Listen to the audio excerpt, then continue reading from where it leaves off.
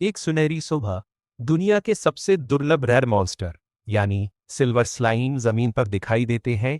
दो लड़के पेड़ों के पीछे छिपकर उन्हें देख रहे हैं। अचानक उनमें से एक स्लाइम मॉन्स्टर्स की तरफ भागने लगता है, लेकिन दूसरा उसे रोकता है और इंतजार करने को कहता है।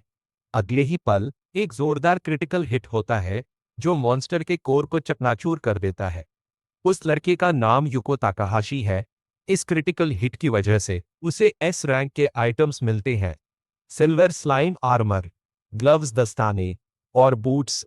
एक हरे रंग की हुडी पहना हुआ नौजवान और एक लड़की उसे हैरानी से घूर रहे हैं, क्योंकि क्रिटिकल हिट्स और रेयर आइटम का मिलना बहुत ही असाधारण बात है।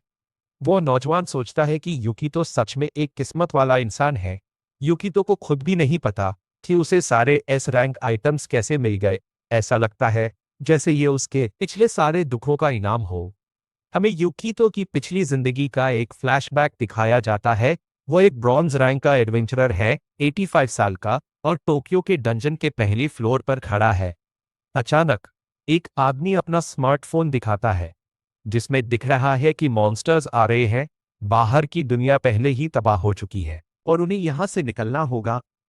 एक आदमी सुझाव देता है कि डंजन में और गहराई में जाना बेहतर है, लेकिन दूसरा इससे सहमत नहीं होता। उसका मानना है कि यह खतरनाक है, क्योंकि मॉन्स्टर्स नीचे के लेवल से भी आ सकते हैं।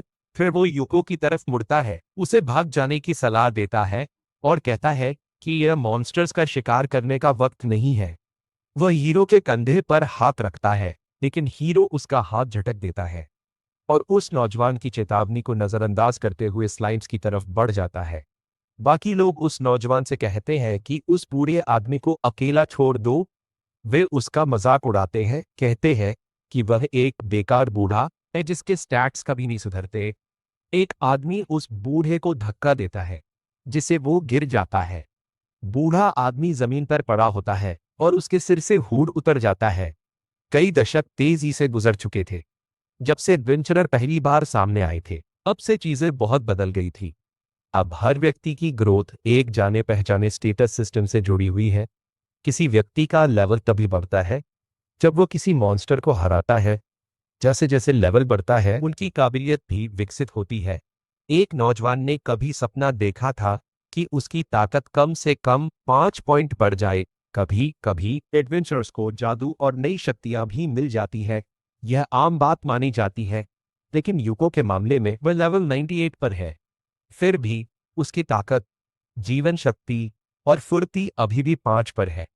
उसकी निपुणता 4 है, जादुई शक्ति 3 है और प्रतिरोध 2 है। इस बूढ़े आदमी ने एक लंबी जिंदगी जी है और किसी से भी ज्यादा मेहनत की है। सालों तक सिर्फ कमजोर मॉन्स्टर्स को हराने के बाद वह आखिरकार लेवल 98 पर पहुंच गया।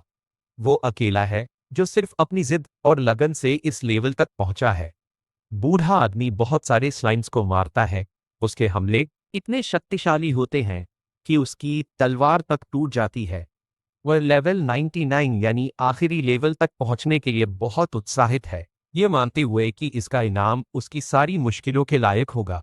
जब उसकी तलवार टूट जाती है तो वह अपने दांतों से मॉन्स्टर्स को काटने लगता है और आखिरकार लेवल 99 पर पहुंच जाता है। उसके हाथ कांप रहे थे। उसे यकीन नहीं हो रहा था कि वह आखिरकार आखिरी लेवल तक पहुंच गया है। वह बहुत खुश होता है और घुटनों पर बैठ जाता है, लेकिन जब वह देखता है कि उसकी ताकत सिर्फ एक पॉइंट बढ़ी है, तो वह पूरी तरह से निराश हो जाता है। वह यह सोचकर रोता है कि उसने अपनी पूरी जिंदगी बर्बाद कर दी। यूकी तो टूट चुका था और उसके दिल से उम्मीद जा चुकी थी। उसमें हिलने की भी ताकत नहीं बची थी। वह मरने के लिए तैयार था। इस हीरो ने सबसे बुरी जिंदगी जी थी। वह अपनी मां को नहीं बचा सका, अपनी बहन की खुशियां बर्बाद कर दी और उसे हर कोई नीची नजर से देखता था। वह रोता है, ये सोचते हुए कि आखिरकार सब खत्म हो गया। एक मॉन्स्टर उस पर हमला करता है और वो मर जाता है, लेकिन सिस्टम युको के स्टैट सिस्टम में एक बहुत बड़ी गड़बड़ी का पता लगाता है। माफी के तौर पर उसे 9999 बोनस लक पॉइंट्स के साथ पुनर्जन्म दिया जाता है। हीरो जागता है। उसकी नजर अभी भी धुंधली थी। एक महिला उसे देखकर मुस्कुराती है और उसे एक एडवेंचरर बनने पर बधाई देती है। यूकी तो उलझन में था, सोच रहा था कि क्या हो रहा है। लड़की पूछती है कि क्या कुछ गड़बड़ है। ताकाहाशी घबराते हुए उसे पेंडेंट के लिए धन्यवाद कहता है। थोड़ी देर बाद जब हीरो अकेला अपनी सोच में खोया होता है तो वह अपने स्मार्टफोन की स्क्रीन को घूरता है। उसे एहसास होता है कि यह वही दिन है जब उसने एक एडवेंचर के रूप में रजिस्ट्रेशन कराया था। हरी आंखों वाला आदमी सच में उलझन में था और उसे बोनस पॉइंट्स के बारे में कुछ याद आता है। वह अपने स्टैट्स खोलता है। वह हंसता है यह देखकर कि उसके गुण पहले जैसे ही है। फिर वह नीचे स्क्रॉल करता है और स्क्रीन पर एक और कॉलम देखकर दंग रह जाता है, लक, जो पहले वहां नहीं था। उसका लक स्टैट पूरी तरह से मैक्स पर था। हीरो हैरान था, सोच रहा था कि यह गुण उसकी पिछली जिंदगी में जरूर एक छिपा हुआ पैरामीटर रहा होगा। अपनी पिछली 70 सालों की बदकिस्मती के कारण अभी भी अनिश्चित वह कुछ स्लाइम्स का शिकार करके इसकी पुष्टि करने का फैसला करता है। हीरो टोक्यो के डंजन के पहले फ्लोर पर पहुंचता है, जिसे इंडेलिबल फुटप्रिंट्स के नाम से जाना जाता है। यूको को अपना लक्ष्य स्लाइम मॉन्स्टर्स दिख जाते हैं और वे उसे अजीब तरह से जाने पहचाने लगते हैं। अचानक वह अपनी आंख के कोई हरकत महसूस करता है। वह यह देखकर चौंक जाता है कि यह अल्ट्रा रेयर सिल्वर स्लाइम है, एक ऐसा मॉन्स्टर जो उसकी पिछली जिंदगी में केवल एक बार दिखा था और जल्दी से भाग गया था। सिल्वर स्लाइम अपने जबरदस्त पॉइंट्स के लिए जाना जाता है, लेकिन खतरे का पहला संकेत मिलते ही भाग जाने के लिए बदनाम है। उस जीव के पीछे ताकाहाशी सोचता है कि वह उसे सिर्फ एक तलवार के वार से पकड़ सकता है, लेकिन तभी एक रोशनी की चमक उसका ध्यान खींचती है। जमीन में एक तीर धंसा हुआ था। जिस आदमी ने उसे फेंका था वो माफी मांगता है। यूको मन ही मन उस इंसान को कोसता है। एक रेयर स्लाइम इतने तेज शोर से जरूर भाग जाता, लेकिन उसकी हैरानी का ठिकाना नहीं रहता। स्लाइम भागता नहीं है, बल्कि वो यूको पर हमला करने की तैयारी करने लगता है। स्लाइम हीरो की तरफ दौड़ता है। वो पलटवार करता है। उसकी तलवार सीधे सिल्वर स्लाइम के कोर पर लगती है और उसे चीर देती है। हीरो का लेवल एक ही झटके में 4 गुना बढ़ जाता है। उसका वार इतना जबरदस्त था कि उसकी तलवार के 2 टुकड़े हो गए। अब उसे एक नए हथियार की जरूरत थी।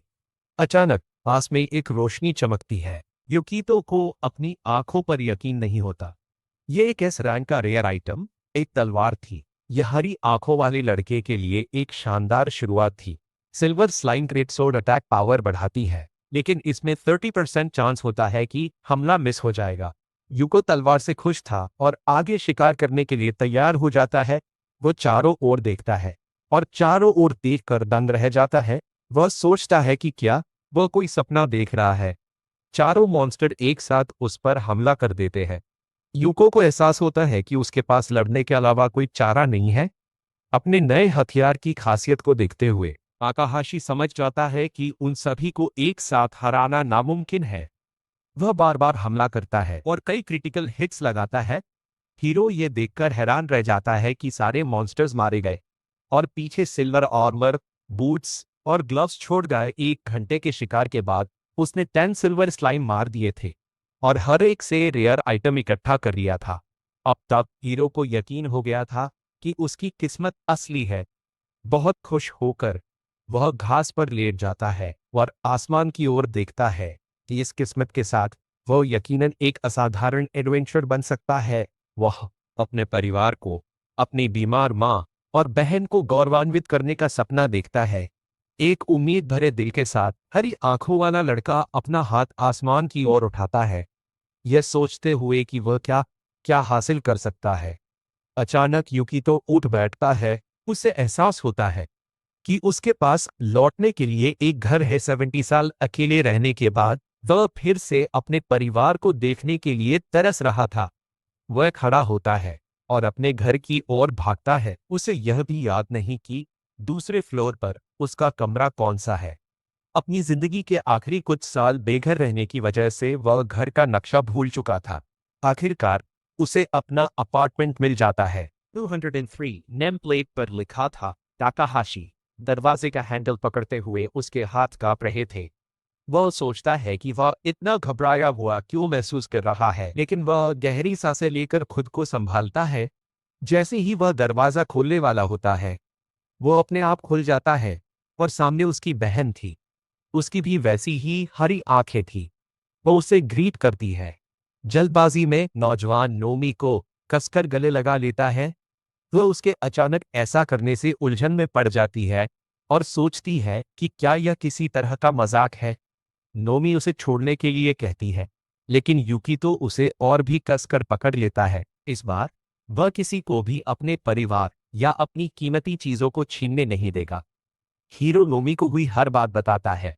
वह हैरान हो जाती है क्योंकि वे अपनी माँ की मदद कर सकते हैं, लेकिन इसमें थोड़ी मेहनत लगने वाली है। अगले दिन यूको रेयर आइटम्स बेचता है और उन पैसों से कुछ खरीदने का फैसला करता है। ताकाहाशी एक नीलामी में हिस्सा लेता है और 10 मिलियन येन की बोली लगाता है। वो उस सबसे ऊंचे ग्रेड का स्टेटस अलाइनमेंट ट्रीटमेंट पोशन हासिल कर लेता है। इसके बाद हीरो अस्पताल जाता है। युकोनोमी के साथ अस्पताल के उस कमरे में जाता है जहां उनकी मां भर्ती थी। वे कमरे में आने से पहले इजाजत लेते हैं और अपनी मां को नमस्ते कहते हैं। मां अपने बच्चों को देखकर बहुत खुश होती है और पूछती है कि वे कैसे हैं। यूको जवाब देता है कि यह सवाल तो उन्हें पूछना चाहिए। नोमी डिब्बा खोलती है जो वह लाई थी और अपनी मां को स्वादिष्ट मिठाइयां दिखाती है।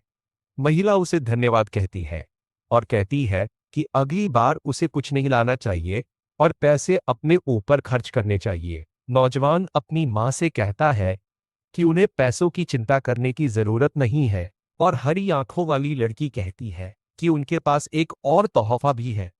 मरीज का चेहरा हैरान हो जाता है और वो पूछती है कि यह क्या है। युको जवाब देता है, ये सुनने में अजीब लग सकता है लेकिन माँ को ये पीना होगा। वो महिला को एक एलिक्सिर की बोतल देता है। नोमी गर्व से बताती है कि बड़े भाई ने डंजन से पैसे कमाए और ये उनके लिए खरीदा। महिला हैरान होती है क्योंकि युको तो अभी अभी एडवेंचरर बना है। उसने इतनी महंगी चीज खरीदने का इंतजाम कैसे किया। हरी आंखों वाला आदमी कहता है कि बस उसकी किस्मत अच्छी थी और अपनी माँ से एलिक्सिर पीने का आग्रह करता है। महिला सावधानी से बोतल खोलती है और उसे पी जाती है। अचानक महिला का शरीर चमकने लगता है। नोमी और ताकाहाशी महिला पर नजरें गड़ाए हुए हैं और पूछते हैं कि उन्हें कैसा लग रहा है। महिला खुशी से जवाब देती है कि वह बहुत हल्का महसूस कर रही है। उसे अविश्वसनीय रूप से राहत महसूस होती है। हीरो मुस्कुराता है, बहुत अच्छा महसूस करता है। नोसोमी खुशी से चिल्लाती है, बहुत बढ़िया भाई। महिला उन्हें बताती है कि पोषण का स्वाद बहुत खराब था, इसलिए उसके बेटे ने उसका मुंह साफ करने के लिए एक मिठाई दी। जब डॉक्टर महिला की जांच करते हैं तो वो उसे बताते हैं कि उसके लक्षण कम हो गए हैं और बीमारी का बढ़ना रुक गया है। उसे बस एक छोटे रिहैब पर जाना होगा। रिहैब के बाद उसे घर पर ठीक होने की इजाजत है।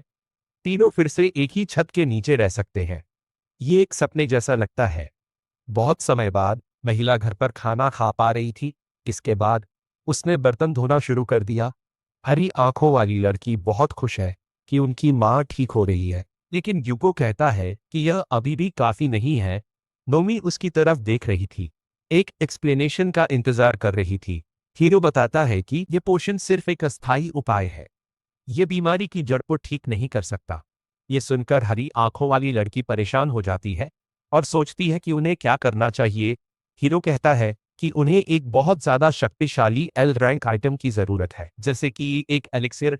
नोमी ने टीवी पर ऐसा कुछ विज्ञापन में देखा है, एक आइटम जिसे दुनिया के सबसे अच्छे एडवेंचर ने ढूंढा था। एलिक्सिर 50 फ्लोर नीचे मिल सकता है और इसे बेचा या खरीदा नहीं जा सकता। बहन सोचती है कि यह आइटम वाकई में अनोखा है। हीरो सहमत होता है।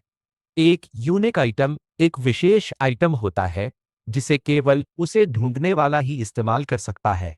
यह एक ऐसा सम्मान है जो मजबूत लोगों को हराने वालों को मिलता है। हरी आंखों वाली लड़की पूछती है कि क्या वे इसे खरीद नहीं सकते, क्या उन्हें इसे खुद ढूंढना होगा। बहन सोचती है कि क्या उसका भाई 50वें फ्लोर की गहराई तक जा सकता है। युको कहता है कि वो मर जाएगा। लड़की तय करती है कि उस मामले में वे एलिक्सिर हासिल नहीं कर सकते। हीरो मुस्कुराता है और स्पष्ट करता है कि सैद्धांतिक रूप से ही वो मरेगा, लेकिन अब न केवल उसकी किस्मत अच्छी है, बल्कि वह अपनी पिछली जिंदगी के ज्ञान को एक हथियार के रूप में भी इस्तेमाल कर सकता है। उसे याद आता है कि एलिक्सिर ऊंचे फ्लोर्स पर भी पाया जा सकता है। वह एक अपवाद जानता है, 20वें फ्लोर का बॉस, द एंशिएंट गोलम। उस बॉस का रेयर ड्रॉप एलिक्सिर है, लेकिन उसके प्रकट होने की संभावना अपेक्षाकृत कम है, क्योंकि यह एक रेयर आइटम है। क्योंकि यह एक रेयर आइटम है, एलिक्सिर के बारे में सिर्फ एक बार सुना था, लेकिन अपनी मौजूदा किस्मत के साथ वह इसे निश्चित रूप से प्राप्त कर सकता है। बहन अपने भाई के चेहरे पर एक संदिग्ध भाव देखती है। युको पूछता है कि क्या वह सच में एक संदिग्ध चेहरा बना रहा है। लड़की बस आंख मारती है, यह सोचते हुए कि उसका भाई कुछ भी कर सकता है। नौजवान अपनी बहन की बातों से प्रोत्साहित होता है, लेकिन उसे अभी भी कुछ तैयारियों की जरूरत है। नोमी तैयारियों शब्द से भ्रमित हो जाती है। हीरो को यकीन है कि हमेशा कोई रास्ता होता है। फिर वह अपने परिवार की तस्वीर के पास जाता है। उसे डंजन में गहराई तक जाने के लिए चीजों की जरूरत थी। सबसे पहले उसे इक्विपमेंट चाहिए थे। एक बड़ी सिल्वर स्लाइन तलवार में उच्च अटैक पावर होती है। इसमें हमलों के चूकने की 30% संभावना है। तलवार पर स्लाइम के आंसुओं की परत चढ़ी हुई है, जो 1/3 संभावना से डैमेज के प्रभाव को कम कर सकती है। जब वो पैकिंग कर रहा होता है तो उसकी बहन उसे ध्यान से देखती है। वो पूछती है कि क्या यूको डंजन में जा रहा है। हीरो जवाब देता है, हाँ। हरी आंखों वाली लड़की पूछती है कि क्या उसका भाई सच में ऐसे ही जाएगा। आमतौर पर योद्धा बहुत भारी कवच पहनते हैं। हीरो जवाब देता है कि उसके स्टैट्स कम हैं। लड़का अपने स्टैट्स को देखता है कि वह केवल किस्मत पर ही उम्मीद कर सकता है कि उन स्टैट्स के साथ वह पूरा आर्मर नहीं पहन पाएगा। वह सिर्फ तलवार ले जा सकता है। यूकी तो सोचता है कि उसकी क्रिटिकल हिट की वजह से कई स्किल्स हैं। उनमें से एक ग्रेट लेयरिंग स्ट्राइक है, एक ऐसी स्किल जो 30% मौके के साथ एक क्रिटिकल अटैक करती है। नोमी पूछती है कि क्या हीरो अपनी परफॉर्मेंस बढ़ाना चाहता है। एक 5वां फ्लोर है। नौजवान को एलिस क्राउन ब्रोकन फॉरेस्ट याद आता है। उस जंगल में मॉन्स्टर्स का एक रेयर ड्रॉप होता है, जिसे मिरेकल फ्रूट कहते हैं। बहन अपने भाई से सावधान रहने के लिए कहती है और उसे लंच देती है जो उसने उसके लिए पैक किया था। टाकाहाशी उसे धन्यवाद कहता है। सिस्टम विंडो में भोजन का एक पैकेज दिखाई देता है। हीरो दरवाजा खोलता है और अपने एडवेंचर के लिए निकल जाता है। फिर वह 5वें फ्लोर पर पहुंचता है, जिसे ब्रोकन फॉरेस्ट के नाम से जाना जाता है।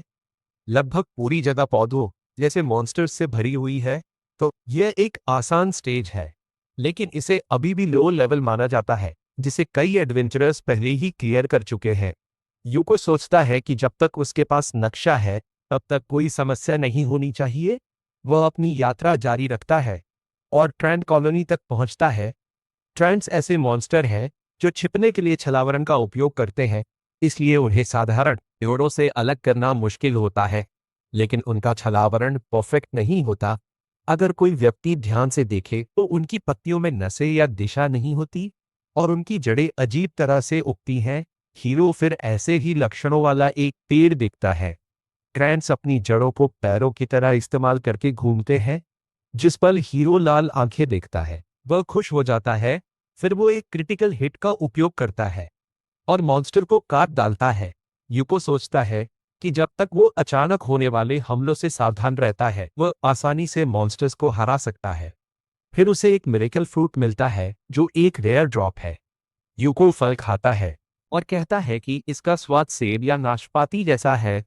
हालांकि इससे कोई फर्क नहीं पड़ता, क्योंकि उसकी ताकत 1% बढ़ गई है। मिरेकल फ्रूट में स्टैट्स को थोड़ा बढ़ाने वाला प्रभाव होता है। इसके बाद हीरो पागलों की तरह ट्रांस का शिकार करता है। वह बार बार लड़ता है और खाता है। इस दौरान हीरो फल के स्वाद से बहुत ऊब जाता है, इसलिए वह अपनी बहन का पैक किया हुआ खाना खाता है। हीरो फिर वो विंडो खोलता है जो उसके स्टैट्स दिखाती है। उसे एहसास होता है कि वह अपनी अधिकतम ग्रोथ क्षमता तक पहुंच गया है। उसकी ताकत 27 पॉइंट, उसकी जीवन शक्ति 25, निपुणता 16, फुर्ती 15, जादू 13 और प्रतिरोध 14 पॉइंट बढ़ गया है। अब वो आखिरकार अपने स्टेज के एक योद्धा के औसत स्तर पर है और रुकने का फैसला करता है। उसे किसी की मौजूदगी का एहसास होता है। वह तेजी से मुड़ता है और पूछता है कि वहां कौन है। कोई जवाब देता है कि वह सारा माल अपने लिए नहीं ले सकता। इस नए आने वाले को एक सबक सिखाने की जरूरत है। हरी आंखों वाली लड़की के सामने दो आदमी आते हैं, एक सोने के दांत वाला और दूसरा सोने की अंगूठी वाला। यूकी तो जवाब देता है कि उसने कोई एडवेंचरर क्रेडेंशियल नहीं देखे और उन आदमियों से सवाल करता है कि क्या वे वो लोग हैं जो दूसरों के खर्चे पर मुनाफा कमाते हैं। छोटा आदमी हाँ में जवाब देता है कि यह एक लड़का है जो सिर्फ अपने इक्विपमेंट पर निर्भर है। सोने के दांत वाला आदमी कहता है कि अगर यूकी तो अपने इक्विपमेंट पीछे छोड़ देता है तो वे उसकी जान बख्श देंगे। हीरो क्रॉलर्स के बारे में जानता है जो अवैध अपराधी हैं, जो अपराध करते हैं, लेकिन उसने कभी उनसे सामना होने की उम्मीद नहीं की थी। लंबा आदमी हीरो का मजाक उड़ाते हुए पूछता है कि क्या वो बोलने से बहुत डर गया है। हीरो उन्हें बताता है कि उसके पास अपराधियों के लिए एक तिनका भी नहीं है। यह बात उन आदमियों को गुस्सा दिला देती है। वे यूकीतो का मजाक उड़ाते हैं, उसे एक अज्ञानी मूर्ख कहते हैं और कहते हैं कि अगर वह उन्हें इक्विपमेंट देने से मना करता है तो वे उसे मार डालेंगे। छोटा आदमी हीरो को एक कमजोर कहता है, ये कहते हुए कि वो दो के मुकाबले एक में नहीं जीत सकता। हीरो उन पर माइटी एयर स्ट्राइक स्किल का उपयोग करके हमला करता है। लंबा आदमी हंसता है, कहता है, एक कचरा स्किल जो 70% पर मिस होती है, मुझे कभी नहीं लगेगी। आदमी फिर बीस्टिंग स्ट्राइक के साथ हीरो पर हमला करता है, लेकिन हीरो उसके हमले से बच जाता है। लंबा आदमी हैरान रह जाता है, ये सोचते हुए कि कोई प्रतिरोध नहीं है। हीरो फिर उस पर वार करता है जिससे वह गिर जाता है। छोटा आदमी मानता है कि हीरो की किस्मत अविश्वसनीय है। यूकी तो सख्ती से घोषणा करता है कि अब यह 1-on-1 है। वह राहत की सांस लेता है और बताता है कि बीस्टिंग स्ट्राइक एक ऐसी स्किल है जिसे लेवल 25 पर पहुंचने के बाद ही सीखा जा सकता है, जिसका मतलब है कि उसका प्रतिद्वंद्वी उससे ऊंचे लेवल पर है। वह आगे बताता है कि बीस्टिंग स्ट्राइक एक अत्यधिक सटीक हिट है जिससे बचना लगभग असंभव है। हालांकि नुकसान यह है कि यह स्किल अटैक पावर को 30% कम कर देती है। हीरो के कपड़ों पर स्लाइम के आंसू डैमेज को कम कर देते हैं और उसे मूल डैमेज का केवल 30% ही लगता है। अगर उसकी किस्मत न होती तो शायद उसके पेट में एक छेद होता। छोटा आदमी हांफता है, ये सोचते हुए कि हीरो ने उसके साथी यमादा को सिर्फ एक हिट में ढेर कर दिया। हीरो छोटे आदमी से कहता है कि अगर वह सरेंडर कर देता है तो वह शायद उसे माफ कर देगा। यह बात सोने की अंगूठी वाले आदमी को परेशान कर देती है। वह पीछे हटता है, यह दावा करते हुए कि हीरो उसे कम आंक रहा है। वह चिल्लाता है कि उसके जैसे किसी के लिए युको जैसे एक योद्धा से दूर से निपटना आसान है। हीरो सहमत होता है, कहता है कि वह इतनी दूरी से उसका कुछ नहीं कर सकता। चोर मजाक में हंसता है, पूछता है कि क्या यूकितो ने सरेंडर करने का फैसला कर लिया है। हीरो आत्मविश्वास से जवाब देता है कि वह ऐसा कभी नहीं करेगा। फिर वह अपने स्टैट्स स्क्रीन से एक सजावटी पेड़ की टहनी निकालता है। चोर हंसता है, पूछता है कि क्या हीरो को पता भी है कि उसने क्या पकड़ा हुआ है। यूको जवाब देता है कि उसने क्या पकड़ा हुआ है। हरी आंखों वाला आदमी कहता है कि इस टहनी को रैंडम स्टाफ के नाम से जाना जाता है। उसने इसे एक ट्रेंड से उठाया था जिसने कोई फल नहीं दिया था। छोटा आदमी सोचता है कि हीरो एक नौसिखिया है, रैंडम स्टाफ रेयर है, लेकिन वास्तव में अस्थिर कचरा है जो रैंडम जादू को सक्रिय करता है। वह फिर कहता है कि इसका प्रभाव पूरी तरह से संभावना पर आधारित है, जिसका मतलब है कि हरी आंखों वाले आदमी के एक सफल स्पेल डालने की संभावना काफी कम है। चोर युकितो की सफलता के अवसरों की गणना करता है। इसमें 40% असफलता की संभावना है, 30% शुरुआती जादू की, 9% इंटरमीडिएट जादू की और 20% डीबफ या बफ की। वह फिर अपने बेहोश साथी को देखता है, ये सोचते हुए कि अगर हीरो की किस्मत अच्छी भी रही तो भी उसके लिए वांछित स्पेल डालना असंभव है। चोर यह भी विचार करता है कि वह एन्चांटेड फायरबॉल हथियार का उपयोग कर रहा है जो एक मध्यस्तरीय जादू स्पेल है और उसे यकीन है कि युकी तो नहीं जीत पाएगा। भले ही हीरो किसी तरह एक इंटरमीडिएट लेवल का स्पेल डाल दे, चोर के पास लेवल 50 से परे अत्यंत शक्तिशाली जादू है। चोर ने अपने दिमाग में जो सारी गणनाएं की उसके बाद उसे यकीन हो गया कि उसकी जीत पक्की है।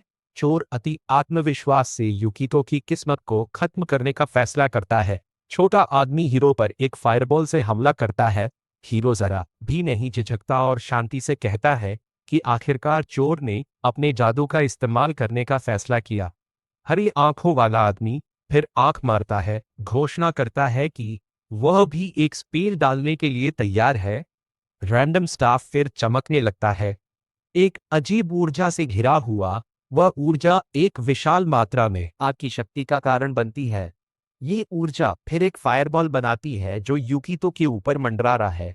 जब फायरबॉल काफी बड़ा हो जाता है तो हीरो उसे चोर द्वारा लॉन्च किए गए फायरबॉल की ओर निर्देशित करता है। ये देखने के बाद चोर पूरी तरह से सदमे में जमीन पर गिर जाता है। उसे यकीन नहीं हो रहा कि यूकितो ने इतना उन्नत स्पेल डाला है, खासकर जब उसके सफल होने की संभावना 0.05% से ज्यादा नहीं है। विशाल फायरबॉल अब सीधे चोर की ओर आ रहा है। छोटा आदमी खुद को यकीन दिलाता है कि यह सब एक भ्रम है, लेकिन जब उल्का पिंड उसके करीब आता है तो उसे एहसास होता है कि यह कोई भ्रम नहीं है। वह एक चीख मारता है। कुछ ही क्षण बाद पूरा इलाका आग की लपटों में घिर जाता है। चोर बेहोश जमीन पर पड़ा है। इस बीच युकितो जादू की टहनी पकड़े हुए खड़ा है और अपनी किस्मत दिखा रहा है। हीरो जीतने के बाद राहत की सांस लेता है।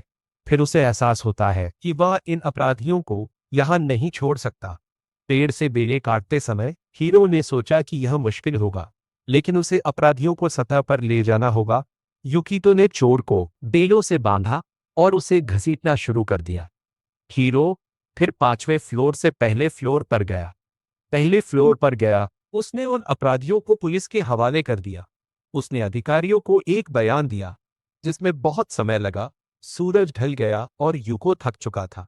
अगले दिन फिर वो सीधे गिल्ड गया ताकि उन्हें स्थिति के बारे में बता सके। उसने देरी के लिए माफी मांगी। गिल्ड की कर्मचारी ने पुष्टि की कि क्या वह युको है। उसने फिर सलाम किया। युकितो को सूचित किया कि पुलिस ने पहले ही गिल्ड को सब कुछ समझा दिया है। हीरो को राहत महसूस हुई क्योंकि अब उसे खुद सब कुछ समझाने की जरूरत नहीं पड़ेगी। कर्मचारी ने उसे बधाई दी और घोषणा की कि युकितो को सिल्वर रैंक पर पदोन्नत कर दिया गया है। हरी आंखों वाला लड़का पदोन्नत शब्द सुनकर हैरान हो गया। उसने सोचा कि जरूर कोई गलती हुई है क्योंकि उसे नहीं लगता कि वह इस उपाधि का हकदार है। उसने समझाया कि सिल्वर में प्रमोशन आसान नहीं होता, असाधारण खिलाड़ियों के लिए भी इसमें आमतौर पर 3 साल लगते हैं। एक व्यक्ति को सिल्वर रैंक तक पहुंचने के लिए विशिष्ट आइटम जमा करने, मॉन्स्टर्स को मारने और गिल्ड में महत्वपूर्ण योगदान देने की जरूरत होती है। कर्मचारी ने फिर उसे सूचित किया कि यह आधिकारिक है क्योंकि हीरो द्वारा पकड़े गए लोग रेड बुल गैंग के सदस्य थे। यूको ने कहा कि रेड बुल गैंग एक सुव्यवस्थित असामाजिक समूह था, इसलिए उसके योगदान में काफी वृद्धि हुई थी। कर्मचारी ने सहमति व्यक्त की और यूको की तारीफ की, यह कहते हुए कि उसने जिन दोनों सदस्यों को पकड़ा था वे सिल्वर रैंक के थे। हीरो चौंक गया और उसे एहसास हुआ कि चोर काफी मजबूत थे। वह वास्तव में गंभीर मुसीबत में था। लड़की ने उसे सिल्वर रैंक का पेंडेंट दिया। हीरो हंसा, यह कहते हुए कि वह बस भाग्यशाली था। कर्मचारी ने हीरो से कहा कि विनम्र होने की कोई जरूरत नहीं है और गिल्ड को उम्मीद है कि वह पहले फ्लोर से आगे की खोज करेगा। एडवेंचरर्स पर यह प्रतिबंध होता है कि वे किन फ्लोर्स पर खोज कर सकते हैं। ब्रॉन्ज रैंक 10वें फ्लोर तक, सिल्वर 30वें तक और गोल्ड पर कोई प्रतिबंध नहीं होता। हीरो ने पेंडेंट पहना, यह कहते हुए कि वह कम से कम 20वें फ्लोर तक जाना चाहता है। लड़की ने घबराकर उसकी ओर देखा और चेतावनी दी कि यह एक मुश्किल इलाका है। उसने उसे सलाह दी कि वह कम से कम अकेले न जाए। हीरो ने उसकी सलाह के लिए धन्यवाद दिया और चला गया। हरी आंखों वाले लड़के को एहसास हुआ कि वह उम्मीद से पहले रैंक अप कर गया था और उन अपराधियों को पकड़ना उसके लिए भाग्यशाली रहा। अचानक किसी ने हीरो को आवाज दी। वह मुड़ा तो देखा कि एक बूढ़ा आदमी छड़ी लेकर खड़ा है। बूढ़े आदमी ने पूछा कि क्या उसने रेड बुल गैंग के सदस्यों को मारा था। युकितो ने समझाया कि अपराधियों ने उस पर हमला किया था, इसलिए उसने जवाबी कार्रवाई की। बूढ़ा आदमी कांपने लगा। उसने ताकाहाशी का हाथ पकड़ा और रोने लगा। उसने उसे धन्यवाद दिया हीरो उलझन में था। बूढ़े आदमी ने समझाया कि ताकाहाशी ने उन अपराधियों को पकड़ा था जिन्हें पुलिस भी नहीं पकड़ सकी थी। हीरो ने इससे इनकार किया, यह कहते हुए कि वह बस एक एडवेंचरर के रूप में अपना कर्तव्य पूरा कर रहा था। आदमी ने कृतज्ञता से झुककर प्रणाम किया। हीरो आदमी की प्रतिक्रिया से हैरान था। तो बूढ़े आदमी ने भावुक होकर उसे बताया कि अब वह अपने बेटे की कब्र पर एक अच्छी रिपोर्ट दे सकता है। यूको वहीं खड़ा रहा, उस दुखी पिता को दूर जाते हुए देखता रहा, यह सोचते हुए कि अपनी पिछली जिंदगी में उसे कभी किसी चीज के लिए धन्यवाद नहीं दिया गया था। उसने उन हाथों को देखा जिन्हें बूढ़े आदमी ने पकड़ा था, यह स्वीकार करते हुए कि यह सार्थक महसूस हुआ। उसे याद आया कि दुनिया विनाश के लिए नियत थी, उसकी पिछली जिंदगी की तरह। लेकिन अब भविष्य को जानते हुए क्या उसे भाग्य बदलने की कोशिश करनी चाहिए? फिर उसने कंधे उचकाए, ये सोचते हुए कि वो दुनिया का कोई रक्षक नहीं है, बस एक स्लाइम शिकारी है। उसके लिए इस समय सबसे जरूरी चीज अपनी माँ को बचाना है। इस बीच सीन झिलमिलाती मशालों और तेज हथियारों में बदल जाता है। एक विशाल गंजा आदमी गुस्से में अपनी मुट्ठी मेज पर मारता है। उसे विश्वास नहीं हो रहा था कि उसके साथी यामादा और हाशिमोटो को पकड़ लिया गया है। गंजे आदमी की आंखें गुस्से से भरी थी। वे असफल होने या अपने बड़ों को कमजोरी दिखाने का जोखिम नहीं उठा सकते थे। उसने एक तेज चाकू उठाया और यूकितो की तस्वीर वाले एक अखबार पर अपना हाथ मारा। फिर चाकू का उपयोग करके उसने यूकितो की छवि को काट दिया। उसे मारने के अपने इरादे की घोषणा की। उसने चाकू एक तरफ रखा और फिर से अखबार उठाया, यह सोचते हुए कि उसे सावधान रहना चाहिए क्योंकि ताकाहाशी ने रेड बुल गैंग के 2 सदस्यों को अकेले हराया था। फिर उसने पास में लटके एक स्कार्फ को उठाया, उसे अपने सिर के चारों ओर लपेटा और बुदबुदाया कि हीरो अब उसका निशाना है। यूको 15 में अंडरग्राउंड फ्लोर पर खड़ा है। वो अपने आसपास का सर्वेक्षण करता है, यह देखते हुए कि यह लोनली माउंटेन की चोटी है। वह खतरनाक पहाड़ी इलाके और संकरे रास्तों को देखता है। इस बीच एडवेंचरर्स का एक और समूह उसी स्थान पर आता है। इस बात पर बहस कर रहा है कि क्या उन्हें 2 हिस्सों में बांट जाना चाहिए। युकितो को एहसास होता है कि यहाँ एक समूह के रूप में खोज करना बहुत मुश्किल है और दूसरों को स्पष्ट रूप से देखना कठिन है। उसे डंजन मैनुअल में पढ़ा हुआ याद आता है कि इस क्षेत्र का उपयोग अक्सर अपराधों के लिए किया जाता है। वह फिर अपनी तलवार निकालता है और कहता है कि यह उसके जैसे एक अकेले शिकारी के लिए एक आदर्श मंच है। अचानक वह एक विशाल पक्षी को तेज गति से अपनी ओर आते हुए देखता है कि उसे 20वें फ्लोर को चुनौती देने से पहले लेवल अप करने की जरूरत है। वह पक्षी पर हमला करके स्किल्स हासिल करने की योजना बनाता है। मूल रूप से उसने स्लाइम का शिकार करके अंक प्राप्त करने का इरादा किया था, लेकिन काफी शिकार करने के बाद वे दिखना बंद हो गए हैं। युको फिर एक और मॉन्स्टर से मिलता है और उसे भी हरा देता है। हीरो अपनी स्किल्स को अधिकतम करने के लिए ज्यादा से ज्यादा मॉन्स्टर्स को मारने के लिए दृढ़ है। वो एक के बाद एक मॉन्स्टर को मारता रहता है। अपने प्रयासों के परिणाम स्वरूप उसे एक नया योद्धा इक्विपमेंट सेट मिलता है, जिसमें एक धनुष, तलवार और एक जोड़ी दस्ताने होते हैं। अनजाने में कोई यूको के हर कदम पर नजर रख रहा है। रेड बुल गैंग का एक सदस्य बदला लेने की फिराक में है। आदमी युकितो को ध्यान से देखता है। उसे अकेले बिना कवच के लड़ते देख उसकी पहचान की पुष्टि करता है। गुस्से से भरा आदमी इस बात से नाराज है कि युकितो ने उसके इलाके में कदम रखने की हिम्मत की और मानता है कि उसे कम आंका जा रहा है। हालांकि वह अभी युकितो पर हमला नहीं करने का फैसला करता है, इसके बजाय उस पल का इंतजार करता है जब हीरो अपनी सतर्कता कम कर दे।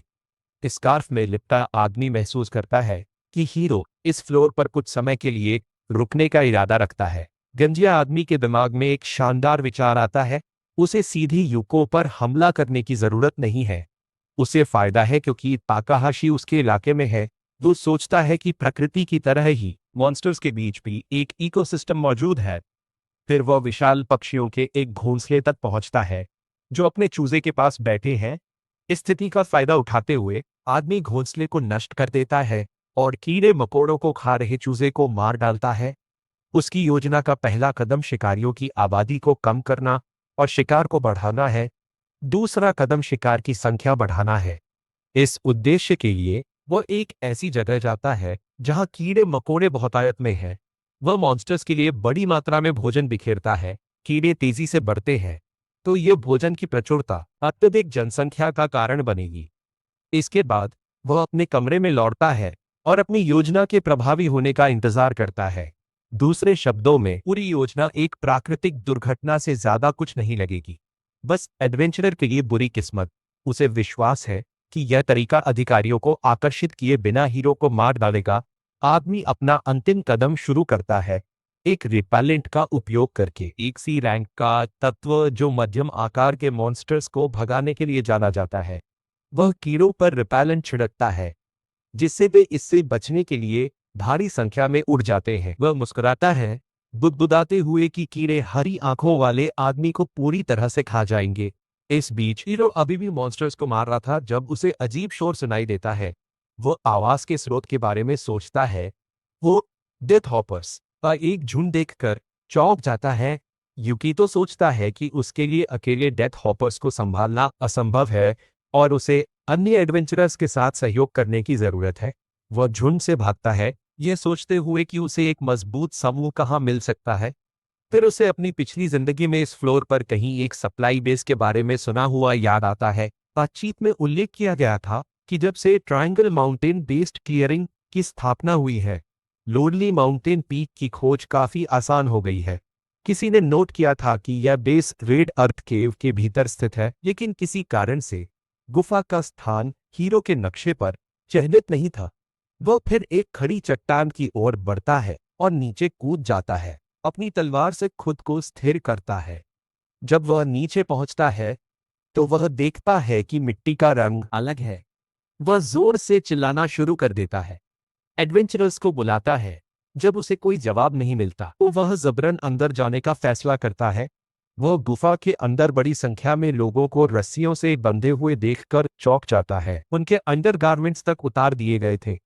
युको वहीं जम जाता है, ये सोचते हुए कि उसका अगला कदम क्या होना चाहिए, उसे अब क्या करना चाहिए। एक पल के लिए उसने सोचा कि वह किसी अनुष्ठान के बीच में आ गया है, लेकिन फिर उसने देखा कि हर कोई बंधा हुआ है।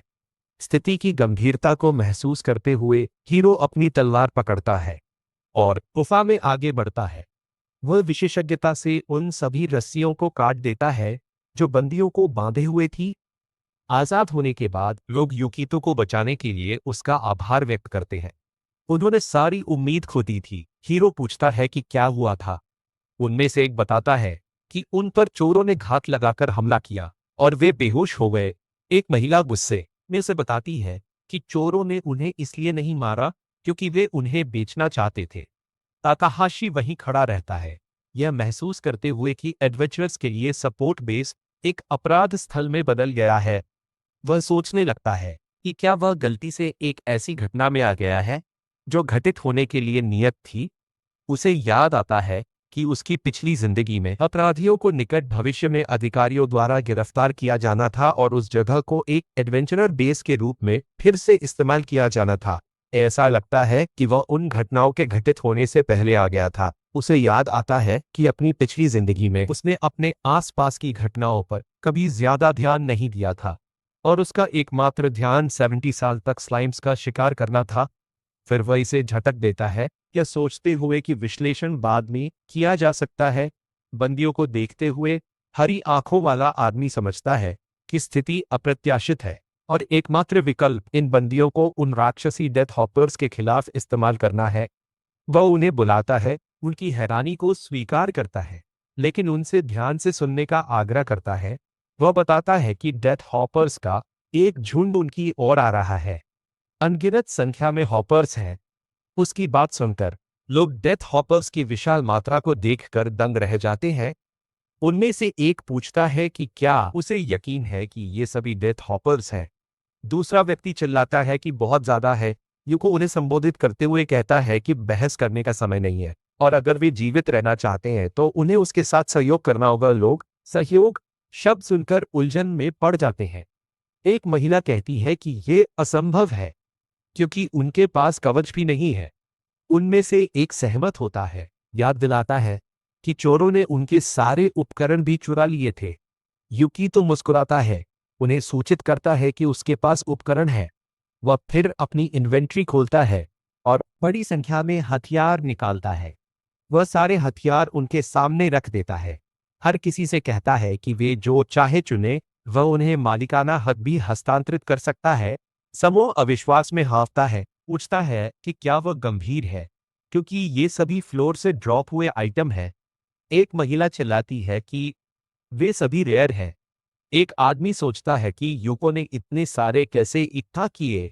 इस क्षण में वे आपस में सवाल करने लगते हैं कि हीरो वास्तव में कौन है, क्योंकि उनमें से किसी ने भी उसे एडवेंचरर की रैंकिंग में कभी नहीं देखा था।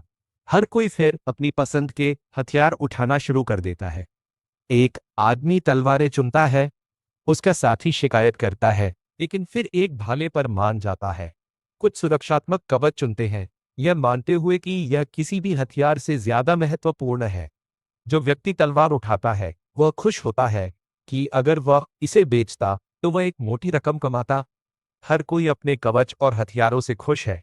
एक महिला सोचती है कि क्या हरी आंखों वाला आदमी सच में उन्हें ये सारे हथियार दे रहा है।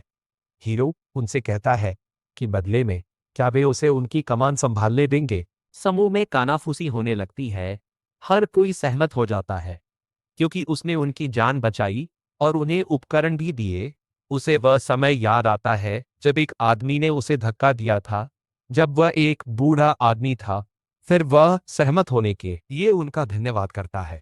वह आसपास देखता है और महसूस करता है कि वे गुफा के संकरे प्रवेश द्वार को अपने लाभ के रूप में उपयोग कर सकते हैं। इस तरह उन्हें एक बार में केवल सीमित संख्या में डेथ हॉपर्स का सामना करना पड़ेगा।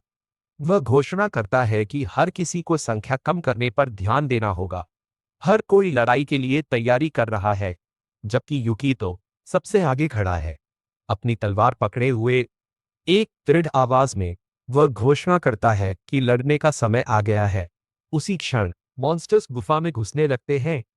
हीरो नेतृत्व करता है, अपनी तलवार से हॉपर्स को सटीकता से काटता है। बाकी एडवेंचरर्स उसके पीछे लड़ते हैं, उन हथियारों का उपयोग करते हुए जो उसने उन्हें दिए थे। इस बीच गुफा के बाहर भारी संख्या में मॉन्स्टर्स इकट्ठा होते हैं, लेकिन संकरे प्रवेश द्वार के कारण अंदर आने के लिए संघर्ष करते हैं। हालांकि जैसे जैसे लड़ाई जारी रहती है, मॉन्स्टर्स प्रवेश द्वार पर प्रहार करने लगते हैं। चट्टानी दीवारों में दरारें पड़ने लगती हैं। उनकी भारी संख्या के कारण रास्ता चौड़ा होने लगता है। प्रवेश द्वार के चौड़ा होने के साथ ज्यादा मॉन्स्टर्स गुफा में घुसने लगते हैं। कभी न खत्म होने वाले झुंड को देखकर एडवेंचरर्स में से एक चिल्लाता है कि वे बहुत ज्यादा हैं। उसका साथी सहमत होता है, ये कहते हुए कि इसका कोई अंत नहीं दिख रहा। युको उन्हें सुनता है और देखता है कि झुंड कोई प्रगति नहीं कर रहा है। उसे एहसास होता है कि उनकी योजना काम नहीं कर रही है। अचानक गुफा की छत टूटने लगती है। सदस्यों में से एक सबको सचेत करता है कि गुफा ढहने वाली है। हीरो उन्हें फॉर्मेशन तोड़े बिना पीछे हटने का आदेश देता है। पूरी छत ढह जाती है, जिससे मॉन्स्टर्स अंदर घुसने लगते हैं। एक एडवेंचरर अपनी चिंता व्यक्त करता है कि अगर ये जारी रहा तो मॉन्स्टर्स पूरे पहाड़ को खा सकते हैं। समूह ताकाहाशी की ओर मुड़ता है। एक नई योजना की तलाश में वह आसपास का सर्वेक्षण करता है। उसे एहसास होता है कि गुफा अस्थिर और अधूरी है। फिर उसे गुफा के बाहर एक बम दिखता है कि अपराधियों ने क्षेत्र का विस्तार करने की कोशिश करते समय डायनामाइट पीछे छोड़ दिया होगा। जल्दी से वह बम उठाता है, यह महसूस करते हुए कि वे इसे एक लाभ में बदल सकते हैं। एक सूचना दिखाई देती है, यूको ने खराब गुणवत्ता का डायनामाइट प्राप्त किया है। वह तुरंत एडवेंचरर्स को बुलाता है, उन्हें सारे डायनामाइट इकट्ठा करने का निर्देश देता है। एडवेंचरर्स क्षेत्र में फैलकर खोज करते हैं। उनमें से एक को डायनामाइट मिलता है और वह मानता है कि इसका उपयोग हथियार के रूप में किया जा सकता है।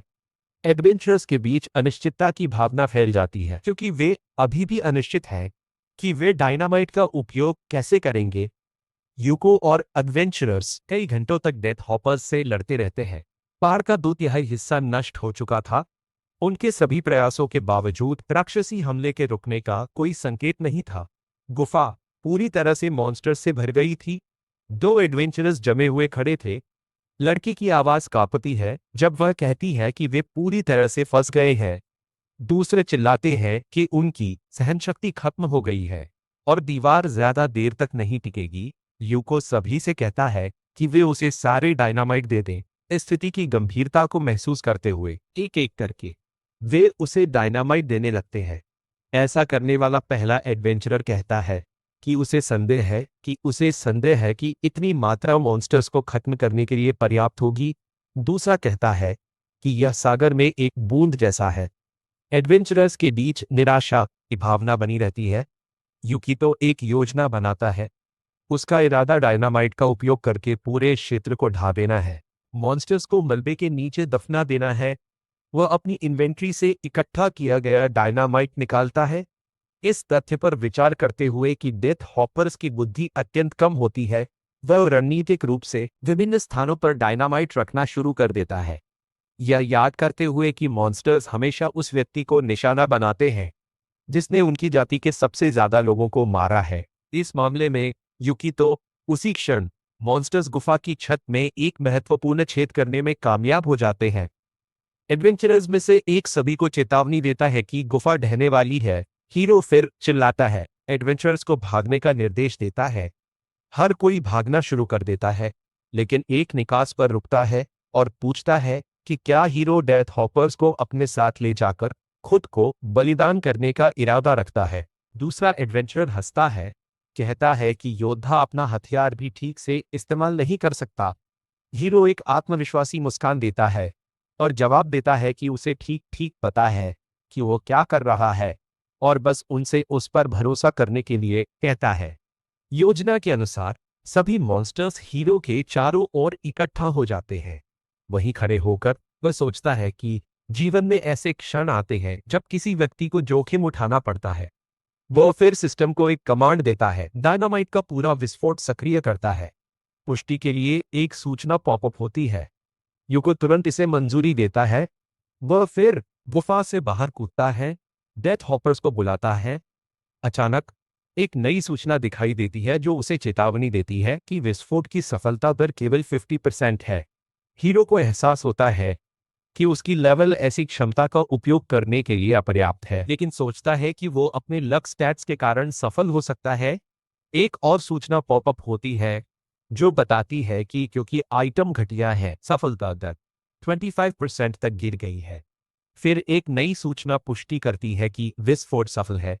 हीरो इसे देखकर राहत की सांस लेता है और उसी क्षण सारे डायनामाइट एक साथ फट जाते हैं, गुफा के अंदर के मॉन्स्टर्स को मार देते हैं।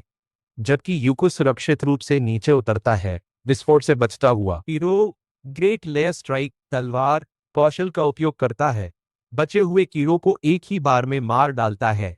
लड़ाई खत्म होती दिख रही थी, लेकिन फिर हरी आंखों वाले लड़के को एक विशाल कीड़ा दिखता है। यह एक जिद्दी कीड़ा था। यूकी तो मॉन्स्टर को ध्यान से घूरता है, घोषणा करता है कि यह मॉन्स्टर का अंत है। वह बीस्टिंग तकनीक का उपयोग करके अपना अंतिम प्रहार तैयार करता है। वह एक क्रिटिकल हिट देता है। पूरी लड़ाई देख रहे एडवेंचरर्स नोटिस करते हैं कि विशाल कीड़ा विशेष रूप से यूकीतो को निशाना बना रहा है। हीरो अपनी तलवार को चट्टानों में घुसाकर खुद को स्थिर करने की कोशिश करता है ताकि और नीचे न गिरे, लेकिन उसकी तलवार फिसल जाती है जिससे वह गिर जाता है।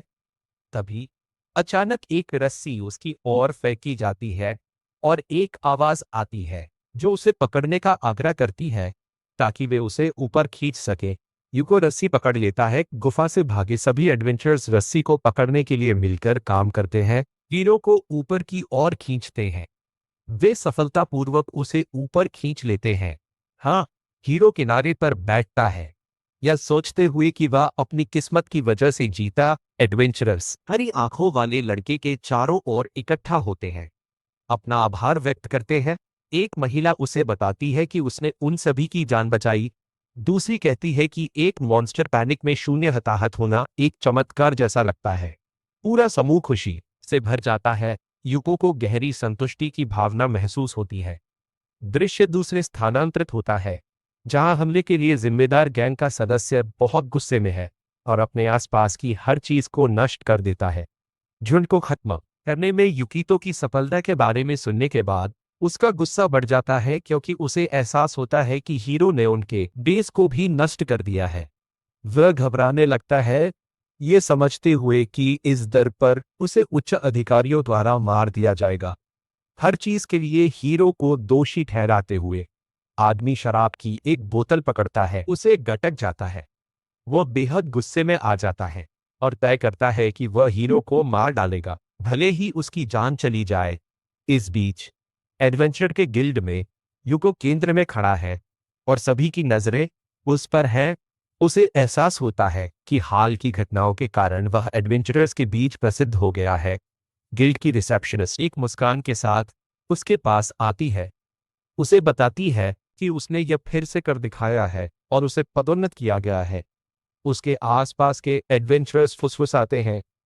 एक व्यक्ति चिल्लाता है कि हीरो वो लड़का है जिसने पहाड़ को नष्ट कर दिया। एक महिला कहती है कि उसने सुना है कि हीरो ने बड़ी संख्या में लोगों को भी बचाया है।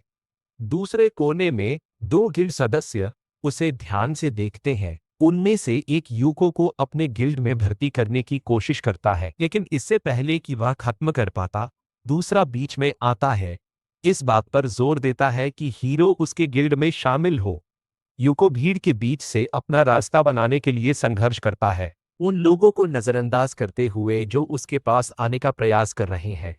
वह किसी भी गिल्ड में शामिल होने से इनकार कर देता है। हर कोई उसे हैरानी से देख रहा है। वो सोचता है कि उसके पास दोस्ती या गठबंधन के लिए समय नहीं है। उसका मुख्य लक्ष्य हीलिंग एलिक्सिर प्राप्त करना है। वो फिर अपनी इन्वेंट्री खोलता है और सोचता है कि समूह की लड़ाइयों में इनाम का वितरण कैसे रैंडम होता है। इसके अलावा दूसरों के रेयर आइटम प्राप्त करने की संभावना कम होती है, जिससे उसे एहसास होता है कि अकेले किस्मत ही काफी नहीं है। वह गिल्ड से बाहर निकलता है, खुद को याद दिलाता है कि अपनी पिछली जिंदगी में वह हमेशा अकेला था, इसलिए यह उसके लिए नया नहीं है। वो फिर घर लौटता है, केवल एक शानदार डिनर द्वारा स्वागत किए जाने के लिए। उसकी बहन उत्साह से उसे बताती है कि वह जितना चाहे उतना खा सकता है। हीरो अपनी माँ और बहन के साथ डाइनिंग टेबल पर शामिल होता है। माहौल कृतज्ञता से भरा हुआ है। फिर वे अपनी प्रार्थना करते हैं, भोजन के लिए धन्यवाद देते हैं। उस पल हीरो को परिवार की गर्मजोशी महसूस होती है। पुरानी यादों में खोकर उसे एहसास होता है कि उनकी गरीबी के बावजूद उनका परिवार कभी भी जश्न मनाना नहीं भूलता था। उसकी बहन नोमी उत्साह से बातें करती है, उसकी अविश्वसनीय जीत के लिए उसकी प्रशंसा करती है, उसे सूचित करती है कि अब वह अंततः 20वें फ्लोर की चुनौती लेने के योग्य है। उनकी माँ हीरो को चिंता से देखती है, पूछती है कि क्या वो सच में ठीक है। वो उल्लेख करती है कि पड़ोसियों ने उसे बताया कि 20वां ट्रायल हर एडवेंचरर के लिए एक महत्वपूर्ण मोड़ है। नोसोमी थोड़ी चिंता के साथ कहती है, यह खुलासा करते हुए कि उसने ऑनलाइन शोध किया और पाया कि केवल 15% एडवेंचरर ही कभी 20वें फ्लोर तक पहुंच पाते हैं। माँ नोमी को डांटती है कि डिनर के दौरान उसने अपना फोन क्यों रखा। युको विश्वास दिलाता है कि वह सच में ठीक है। उन्हें बताता है कि उसने कम समय में ऐसी चीजें हासिल की हैं। उसकी माँ अपने बेटे की तस्वीर वाले अखबार की कतरन पर नजर डालती है। वो उसे हीरो की उपलब्धि पर बहुत गर्व है, लेकिन वह नहीं चाहती कि वह खुद पर बहुत ज्यादा जोर डाले। ये समझाते हुए कि कोई भी माता पिता अपने बच्चे को खुद को बलिदान करते देखकर खुश नहीं होंगे। युकितो को अपनी माँ की मृत्यु की यादें आती हैं और उसकी आंखें आंसुओं से भर जाती हैं। वह जवाब देता है कि कोई भी बच्चा अपने माता पिता को बीमार नहीं देखना चाहता। उसकी माँ कुछ और कहना शुरू करती है, लेकिन नोई उसे बीच में रोक देती है, इस बात पर जोर देते हुए कि वैसे भी इस पर चा करने का कोई मतलब नहीं है। वह आगे कहती है कि उसका भाई हमेशा से जिद्दी रहा है। एक बार जब वो कुछ करने का फैसला कर लेता है तो कुछ भी उसका मन नहीं बदल सकता। उनकी माँ आ भरती है, यूको से कहती है ये वो बिल्कुल अपने पिता जैसा है। हीरो खाना खाता रहता है, अपने परिवार को विश्वास दिलाता है कि वह ये सब इसलिए कर रहा है क्योंकि इससे उसे खुशी मिलती है। उसकी माँ और बहन भोजन पर लौट आते हैं। जब हीरो अपनी माँ को देख रहा होता है तो वह सोचता है कि कैसे वह अपनी पिछली जिंदगी में माँ को नहीं बचा सका। यह तथ्य हीरो के दिल में चुभ गया था।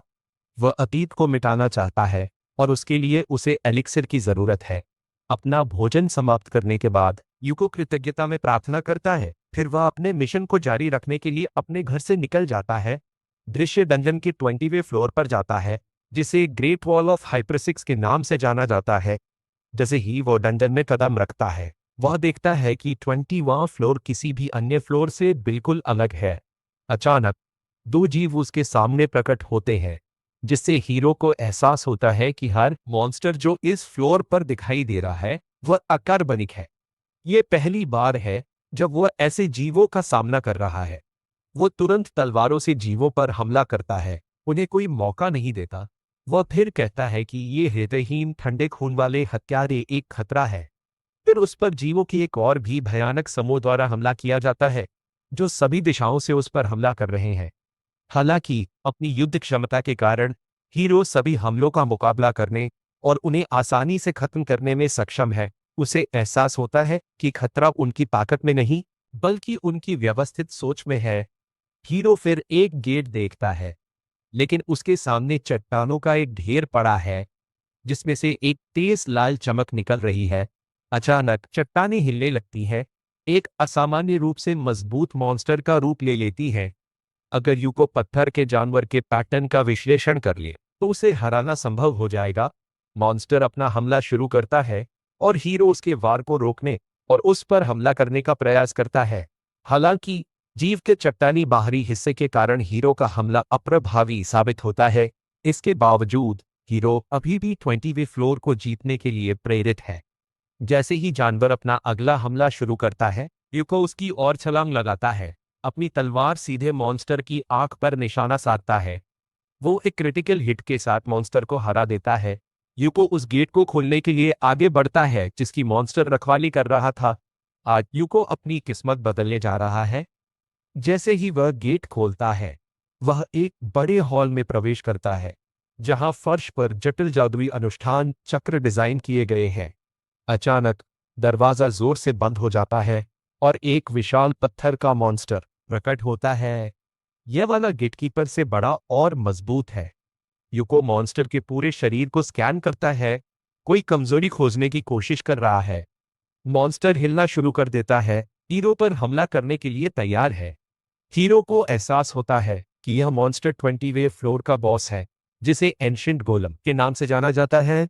हीरो पहचानता है कि उसके प्रतिद्वंद्वी के पास एक सख्त शरीर और अतिरिक्त अटैक पावर है। वह निर्धारित करता है कि एक बॉस के लिए मॉन्स्टर की गति औसत है। वह फिर अपनी तलवार से मॉन्स्टर पर वार करने का प्रयास करता है, लेकिन हमले का कोई प्रभाव नहीं होता है। हीरो मॉन्स्टर के कोर को नष्ट करने का फैसला करता है। गैंग का सदस्य एक दरवाजे के पीछे छिपा यह सब देख रहा है। अचानक फर्श पर बने जादुई चक्र लाल चमकते हैं और एक और मॉन्स्टर प्रकट होता है। हीरो यह देखकर हैरान है और इसका कारण जानने की कोशिश में इधर उधर देखता है। उसे एहसास होता है कि एक घुसपैठिया मौजूद है, लेकिन उसे किसी और की उपस्थिति का एहसास नहीं होता। एक बॉस की लड़ाई में दखल देने का विचार, यहाँ तक कि एक नौसिखिया भी ऐसी गलती नहीं करेगा, खासकर 20वें फ्लोर पर। अचानक गैंग का सदस्य हीरो पर एक खंजर फेंकता है, लेकिन अचानक हुए हमले के बावजूद हीरो आसानी से अपनी तलवार से खंजर को विक्षेपित कर देता है। हरी आंखों वाला लड़का अब निश्चित है कि दोहरा हमला गलती से नहीं हुआ था। घुसपैठिया उसे गुस्से से देखता है। उसे विश्वास नहीं हो रहा कि युकितो ने हमले को रोकने में कामयाबी हासिल की। हालांकि वह खुद को यकीन दिलाता है कि हीरो के कौशल के बावजूद वह जीत सकता है, क्योंकि वो एक बेहतर दर्जे का चोर है। वह सोचता है कि युकितो एक मूर्ख है जो अकेले बॉस से लड़ रहा है। उसे वो समय याद आता है जब उसने गेट में प्रवेश किया था और दूसरे बॉस के प्रकट होने का कारण बना था। चोर को विश्वास है कि वह अपने चुपके कौशल से हीरो को मार डालेगा। यह पता चला है कि चोर के पास फुटस्टेप स्किल है जो उसे मॉन्स्टर्स के बीच हल्के से चलने की अनुमति देती है। इसके अतिरिक्त उसके पास शैडो क्रॉसिंग की क्षमता भी है, जो उसे मॉन्स्टर जोन में प्रवेश करने और उन्हें गुस्से में भड़काने की सुविधा देती है। इसके अलावा उसके पास एक अदृश्यता का लबादा है जो उपयोगकर्ता की दृश्यता को कम करता है। इन सभी क्षमताओं के कारण चोर को विश्वास है कि वह लड़के को हरा सकता है। यूको अपने आसपास का विश्लेषण कर रहा है। हीरो के लिए यह एक अनुचित लड़ाई नहीं है, बल्कि एक के मुकाबले 3 की लड़ाई है। घुसपैठिया फिर एक और खंजर निकालता है और उस पर जहर लगाता है। ये अगर वह जहरीले ब्लेड से युको पर हमला करने में कामयाब हो जाता है तो हीरो तुरंत मर जाएगा। वो युको की ओर खंजर फेंकता है, ये सोचते हुए कि इस तरह वह एक तरफा हमला कर सकता है। खंजर हीरो तक पहुंचता है, उसे मुश्किल से छूता है और उसके गाल पर बस एक छोटी सी खरोच का कारण बनता है। चोर को सूचित किया जाता है कि जहर देने का उसका प्रयास विफल हो गया। वह हैरान है और सोचता है कि ताकाहाशी एंटी पॉइजन इक्विपमेंट कहाँ छिपा रहा है। वह जल्दी से खुद को यकीन दिलाता है कि इससे कोई फर्क नहीं पड़ता, क्योंकि खंजर सिर्फ एक ध्यान भटकाने वाला था। उसका असली हथियार जाल है। उसके बाद वह छोटी छोटी गेंदों का एक सेट फेंकता है। अचानक गेंदें बड़ी संख्या में छोटे तीर छोड़ने लगती हैं, जो हर दिशा में फैल जाते हैं।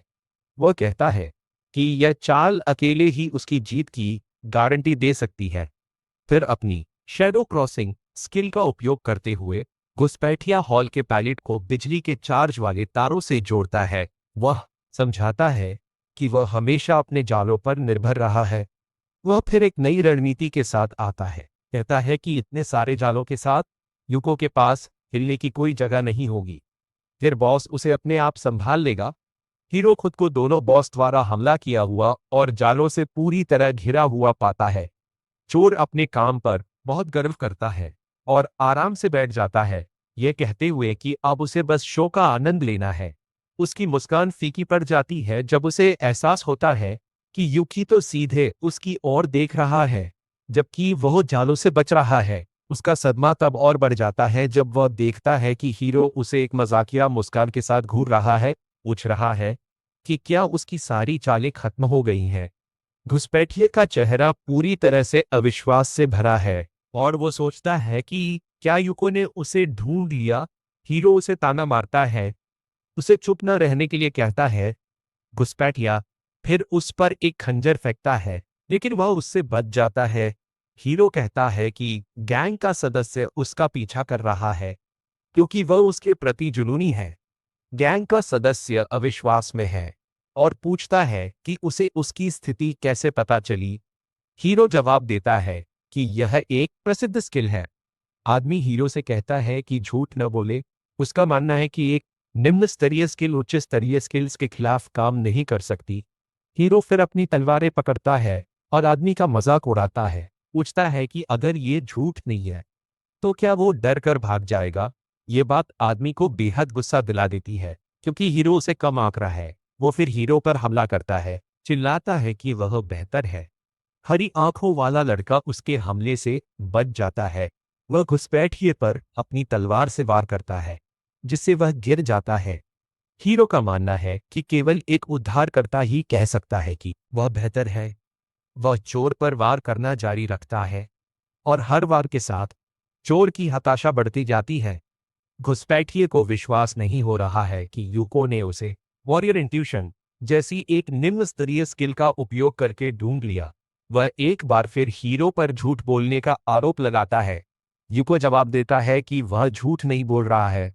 उसके पास वास्तव में वॉरियर इंस्टिंक्ट स्किल है, जिसे उसने 20वें फ्लोर पर सक्रिय किया था। यह स्किल उपयोगकर्ता को एक बार सक्रिय होने पर आसपास के खतरों का पता लगाने की अनुमति देती है। जब हीरो ने इसे सक्रिय करने का प्रयास किया तो सफलता दर 1% से कम थी, लेकिन उसने अपनी किस्मत पर भरोसा किया। उसे विश्वास था कि यह काम करेगी और निश्चित रूप से यह काम कर गई। उस क्षण हीरो को अपने आसपास के हर खतरे को महसूस करना शुरू हो गया, चाहे उसका आकार कुछ भी हो। इसने उसे जालों और चोर के सटीक स्थान का पता लगाने की अनुमति दी। चोर युको द्वारा गिराए जाने के बाद अपनी ताकत इकट्ठा करता है। वह कहता है कि हीरो इतने निम्न स्तर के एक योद्धा से ज्यादा तेज है। युकी तो व्यंग्यात्मक रूप से गैंग के सदस्य को तारीफ के लिए धन्यवाद देता है और फिर उसके हमले को रोकता है। चोर टिप्पणी करता है कि हीरो की गति के बावजूद वह अभी भी सिर्फ एक योद्धा है। वह आत्मविश्वास से जारी रखता है, ये समझाते हुए कि वह फुर्ती में युको से आगे है और निसंदेह उसकी सटीकता बेहतर है। उसी क्षण चोर एक जहरीली तलवार का उपयोग करके हीरो के हाथ को घायल करने में कामयाब हो जाता है। इस बार लकवाग्रस्त करने वाले जहर के साथ फिर भी एक सूचना तुरंत दिखाई देती है। यह इंगित करती है कि हीरो ने सफलतापूर्वक लकवा प्रभाव का विरोध किया है। चोर इस तथ्य से चकित है कि हीरो इस जहर से भी अप्रभावित है। वह लड़ाई को जारी रखते हुए देखता है, अप्रत्याशित स्थितियों के लिए तैयारी में हीरो के कौशल को स्वीकार करता है। अचानक हीरो उसे एक अविश्वसनीय रूप से ऊंची छलांग से आश्चर्यचकित करता है और गायब हो जाता है। अगले ही पल वह चोर के पीछे फिर से प्रकट होता है, एक बड़ी ऊंचाई से उतरता है और अपनी तलवार से वार करता है। हालांकि चोर पर हमले का मुश्किल से ही कोई असर होता है। वह तेजी से एक दूर स्थान पर चला जाता है और टिप्पणी करता है कि हीरो अभी भी एक कमजोर स्थिति में है। हीरो बीस्टिंग तकनीक का उपयोग करने का फैसला करता है, चोर की ओर एक शक्तिशाली प्रहार करता है। लेकिन चोर हंसता है, यह स्वीकार करते हुए कि यह एक प्रभावशाली और अच्छी तरह से गणना किया गया हमला है। फिर भी वह अपनी बात काटता है और बटरफ्लाई डांस नामक एक युद्ध तकनीक को सक्रिय करता है, जो उसे असाधारण फुर्ती और गति के साथ चलने की अनुमति देती है, जिससे हीरो के लिए एक हिट लैंड करना असंभव हो जाता है।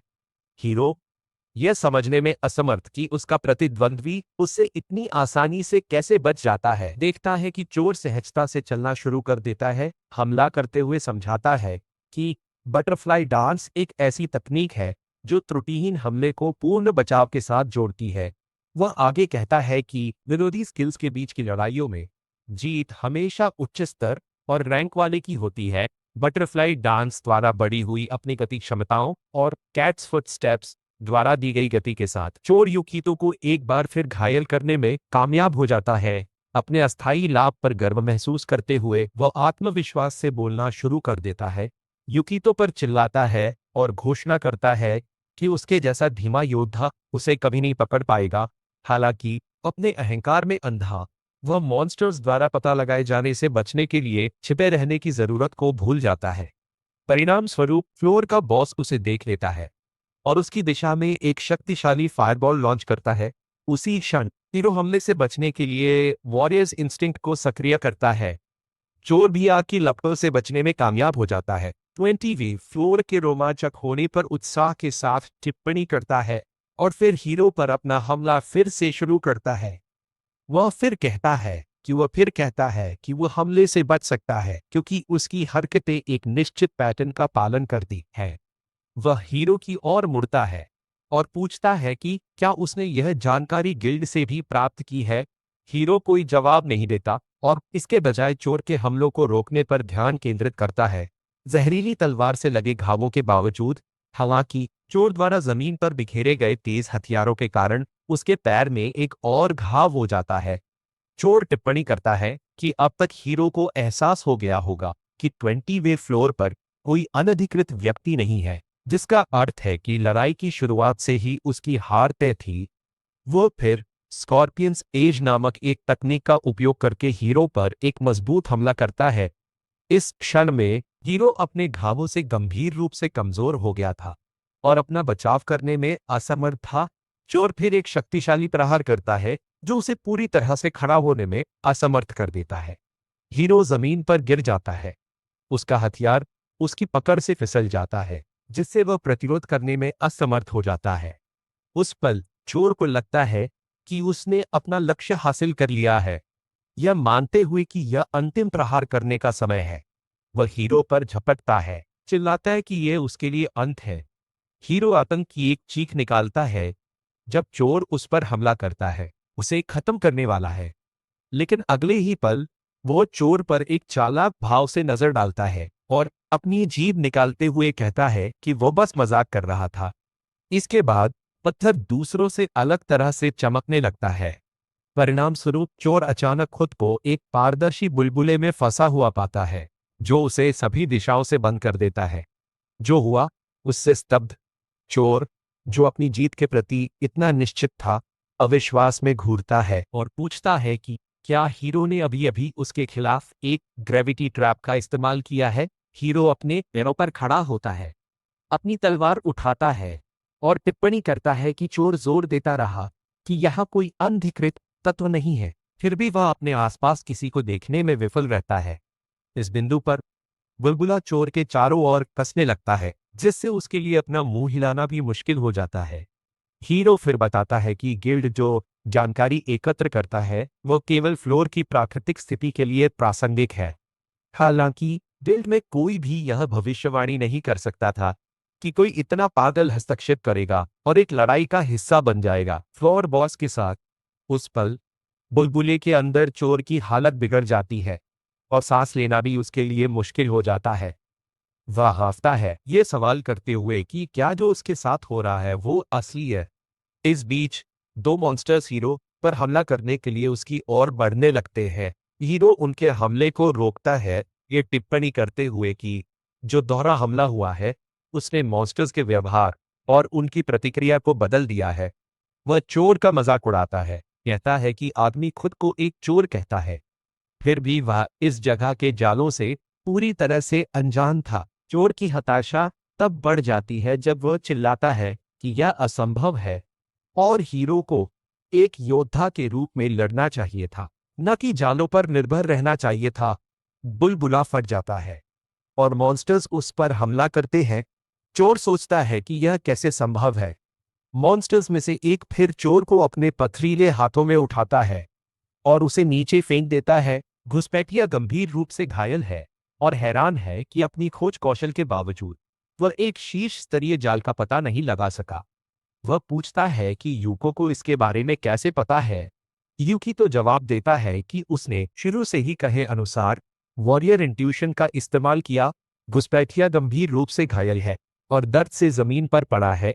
यूकी तो उसे चेतावनी देता है कि वह वहीं रहे जब तक वह बॉस से निपटने जाता है। उसका इरादा चोर को पुलिस के हवाले करने का है अगर वह उन घावों के बाद भी जिंदा रहा। अचानक घुसपैठिया हीरो को धमकी देता है, उसे उसके साथ खिलवाड़ न करने के लिए कहता है। हीरो उसे उन्मादी रूप से हंसते हुए देखकर हैरान है। उसके शरीर पर बम बंधे हुए हैं, जिसका अर्थ है कि वह अकेले मरने की योजना नहीं बना रहा है।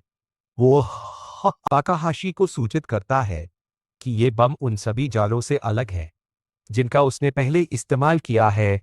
स्वाभाविक रूप से यूको को पसीना आने लगता है। उसे कोई सुराग नहीं है कि वो किस तरह के पागल से निपट रहा है।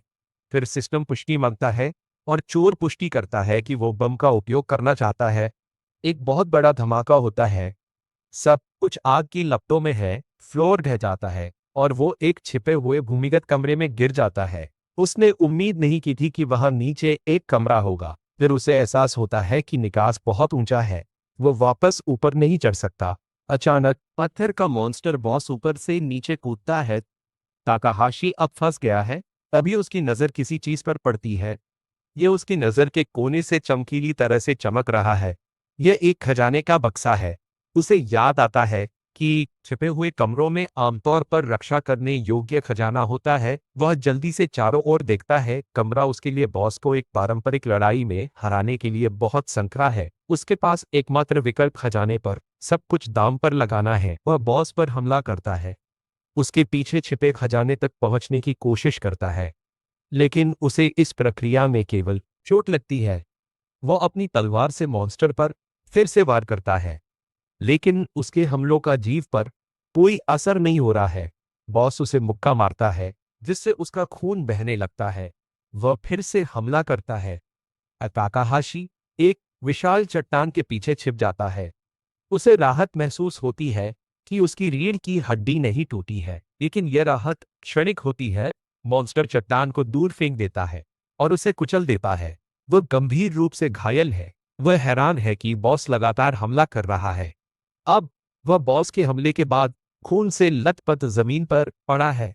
वह अपनी मुट्ठी भींचता है, तीव्र दर्द के बावजूद हार न मानने के लिए दृढ़ है। पत्थर का मॉन्स्टर फिर से हमला करता है, जिससे और ज्यादा खून बहता है, लेकिन यह दर्द ताकाहाशी के लिए कुछ भी नहीं है। वह 70 साल तक बेकार होने की निराशा के साथ जिया है। अटूट संकल्प के साथ वह खजाने तक पहुंचता है। बक्से के अंदर एक हथकड़ी है। यूकी तो उसे देखकर थोड़ा मुस्कुराता है और उसे पहन लेता है। खजाने में ठीक वही है जो उसे चाहिए।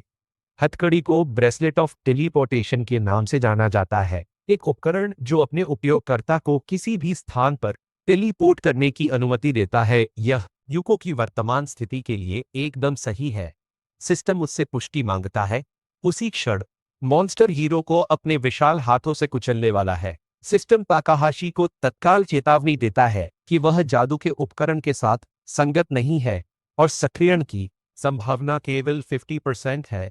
फिर संभावना और गिरकर 35% हो जाती है और सफलता दर घटकर केवल 15% रह जाती है। अचानक ब्रेसलेट से नीली ऊर्जा निकलने लगती है और सिस्टम उसे सूचित करता है कि टेलीपोर्टेशन सफलतापूर्वक सक्रिय हो गया है। पहले बॉस के पीछे फिर से प्रकट होता है और उसे मारने के लिए दृढ़ खड़ा है। वो मॉन्स्टर के सिर पर अपनी तलवार से वार करता है। बॉस के सिर से एक लाल रोशनी निकलती है जिससे एक हिंसक विस्फोट होता है। युकितो को जल्दी ही एहसास हो जाता है कि दूसरे बॉस को मारना बहुत ज्यादा मुश्किल होगा। विस्फोट से हुए नुकसान के बावजूद वह अभी भी जीवित है। ताकाहाशी एक बार फिर ब्रेसलेट का उपयोग करता है, सीधे बॉस की छाती पर टेलीपोर्ट करता है और उसके महत्वपूर्ण बिंदु पर अपनी तलवार से वार करता है। हालांकि दोनों मॉन्स्टर बॉस अभी भी जीवित है। ये लाल रोशनी वाला मॉन्स्टर एक मुक्का मारने वाला है, लेकिन यूको जल्दी से फिर से टेलीपोर्ट करता है। फिर नीली रोशनी वाला बॉस एक हमला करता है और वो बचने के लिए एक बार फिर ब्रेसलेट का उपयोग करता है। वे खुद को प्रेरित करता है, खुद से कहता है कि चाहे उसे कितनी भी बार कोशिश करनी पड़े, वह हार नहीं मानेगा। उस मानसिकता के साथ वह बॉस के ऊपर से छलांग लगाता है और एक बार फिर उसके महत्वपूर्ण स्थान पर वार करता है। वह बार बार ब्रेसलेट के टेलीपोर्टेशन कौशल का उपयोग करता रहता है, तेज तलवार के हमलों से बॉस के महत्वपूर्ण बिंदुओं को निशाना बनाता है। स्थिति की तुलना बार बार पासा फेंकने से करता है, जब तक कि आप छक्का न लगा दें, और प्रार्थना करते हैं कि यह काम करे। दोनों मॉन्स्टर्स दोनों तरफ से उसके करीब आते हैं, युकितो को बीच में फंसा लेते हैं। वे एक साथ हमला करने वाले हैं जब वह अंतिम क्षण में टेलीपोर्ट करता है, जिससे बॉस एक दूसरे से टकराते हैं और जमीन पर गिर जाते हैं। समय बर्बाद किए बिना हीरो बेस्ट्रिंग स्ट्राइक का उपयोग करता है, एक क्रिटिकल हिट देता है जो उसी पहले मॉन्स्टर के शरीर को छोटे टुकड़ों में तोड़ देता है। फिर अटूट संकल्प के साथ वह दूसरे बॉस को खत्म करने के लिए माइटी स्ट्राइक का उपयोग करता है।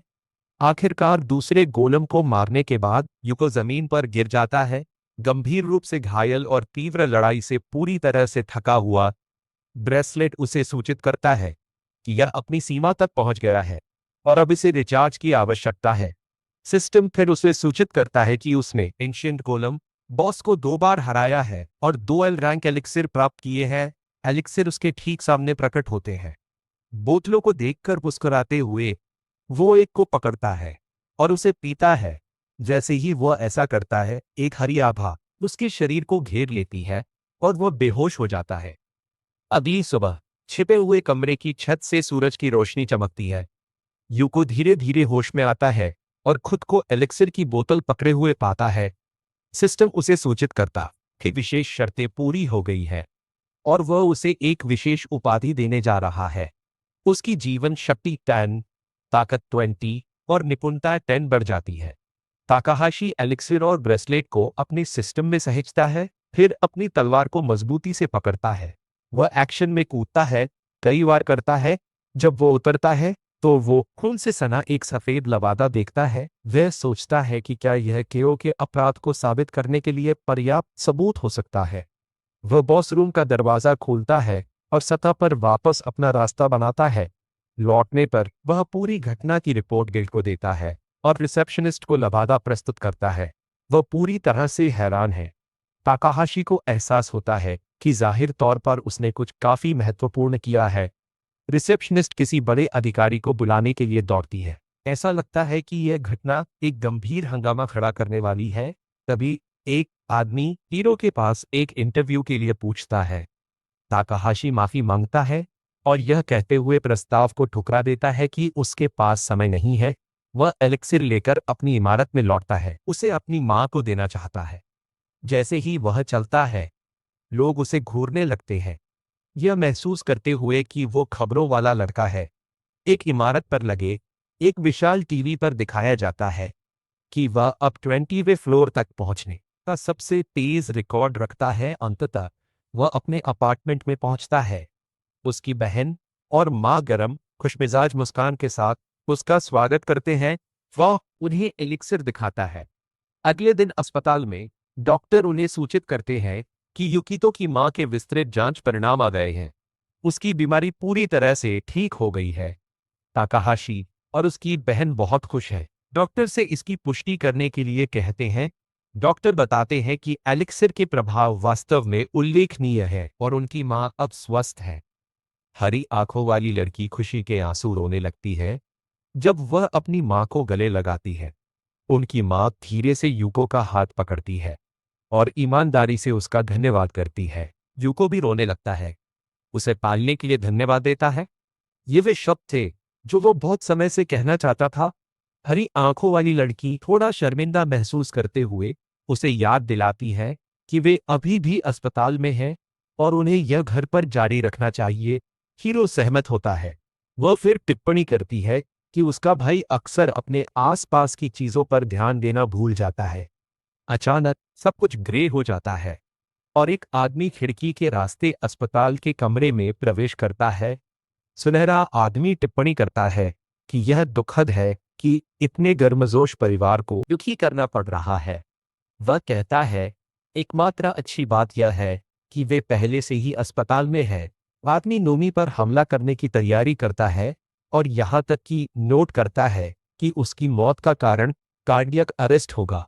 लेकिन ताकाहाशी बीच में आता है और हमले को रोक देता है, यह सवाल करते हुए कि आदमी क्या कर रहा है। आदमी हीरो को हिलते हुए देखकर हैरान है, यहाँ तक कि उसकी शक्तियों के संपर्क में आने के बाद भी। यूको घुसपैठिए को देखता है और पहचानता है कि वह कौन है। उसके सामने जो आदमी है वह हीरो है, सबसे मजबूत एडवेंचरर और महान उद्धारकर्ता। आदमी अपना परिचय कोस्मोरिडो ओयामा के रूप में देता है। वह अपना हार दिखाता है और बताता है कि उसका पेशा हीरो है और यह असली सौदा है। ताकाहाशी अभी भी उलझन में पूछता है कि एक हीरो नोमी पर हमला क्यों कर रहा है। ओयामा बताता है कि उनके चारों ओर सब कुछ जमा देने वाला बैरियर वॉइड बैरियर कहलाता है। केवल वे ही इसके भीतर हिल सकते हैं जिन्होंने अपनी आत्मा की मृत्यु का अनुभव किया हो। वह यह घोषणा करते हुए समाप्त करता है कि ताकाहाशी जरूर एक रिग्रेशन टाइप का व्यक्ति होना चाहिए।